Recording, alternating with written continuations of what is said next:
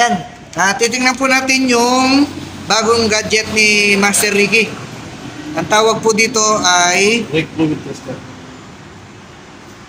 Brake fluid tester. Ayan. Dito po sa gadget na to makikita po natin, pag chinek natin, ito, meron po siyang dalawang ganon.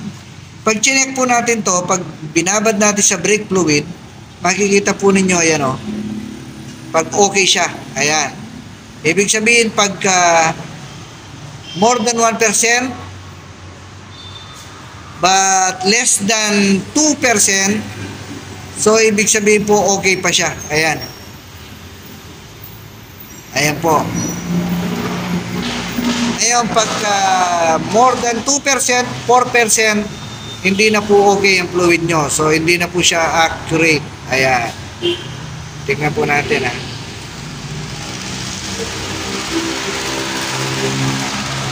Ayan po siya. Ayan mag-lock. Yan. Kaya makikita po natin. Yan.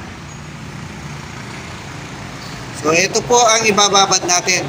So, umpisahan muna po natin, no? Tetest natin sa purong, lalagyan muna po natin siya ng battery.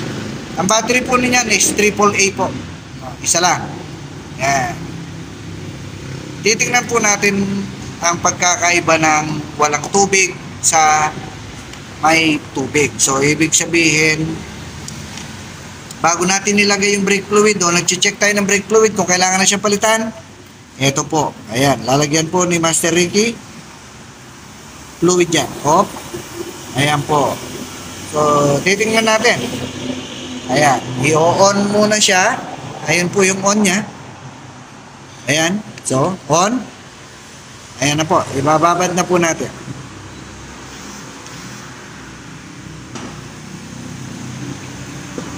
Ayun po yung umilaw, no? Ibig sabihin nyo yung sinasabi ko sa inyo na okay siya. Ayan, ito. Nandito po yung okay. Ayan, ayan. Nakikita nyo. Yun, okay. So, puro po siya. Ibig sabihin, good yung ating brake fluid. So, subukan po natin yung may tubig siya. Papatayin muna natin. Tapos, kukuha tayo ng tubig. Ayan. Lalagyan po natin siya. Hop.